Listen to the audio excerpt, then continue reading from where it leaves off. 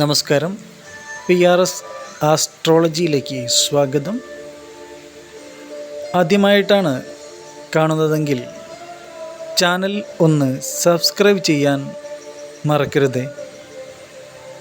വീണ്ടും തിരുവോണം നക്ഷത്രക്കാരെ കുറിച്ചാണ് പറയാനുള്ളത്. തിരുവോണം നക്ഷത്രക്കാർക്ക് ഭാഗ്യം ഉദിച്ചു നിൽക്കുന്ന ഒരു സമയമാണ് വരാൻ പോകുന്നത്. എന്നാൽ ഈ നക്ഷത്രക്കാർ ശ്രദ്ധിക്കേണ്ട ഒരുപാട് കാര്യങ്ങൾ ഉണ്ട്. അവ എന്താണെന്ന് ഞാൻ നിങ്ങൾക്ക് വിശദമാക്കാം.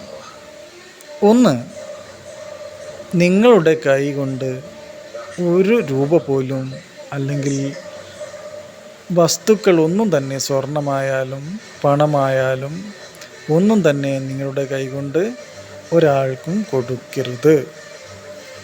രണ്ടാമതായിട്ട് പറയുന്നത്, ഒരാളിൽ നിന്നും കടമായിട്ട് ഒരു പണവും സ്വർണവും വാങ്ങരുത്. കാരണം കൃത്യസമയത്ത് അത് അവർക്ക് നൽകാൻ സാധിക്കില്ല. അതേപോലെ തന്നെയാണ്, നിങ്ങളിൽ നിന്നാരെങ്കിലും ഇതെല്ലാം പണം കളക്ട് ചെയ്യുന്നുണ്ടെങ്കിൽ അവർക്കും കൃത്യസമയത്ത് നിങ്ങൾക്ക് തരാൻ പറ്റില്ല. അപ്പോൾ അവിടെ വാദപ്രതിവാദം, കലഹം, പ്രശ്നങ്ങളൊക്കെ ഉണ്ടാവും.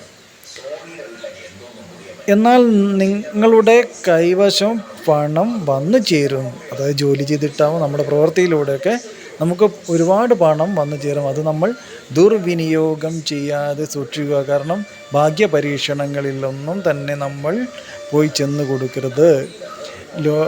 ഷോഡതി പോലുള്ള അല്ലെങ്കിൽ ലോട്ടറി പോലുള്ള കാര്യങ്ങളൊന്നും കൂടുതൽ എടുക്കരുത്. അത്തരത്തിലുള്ള മേഖലകളിലേക്കൊന്നും നമ്മൾ തിരിയരുത്.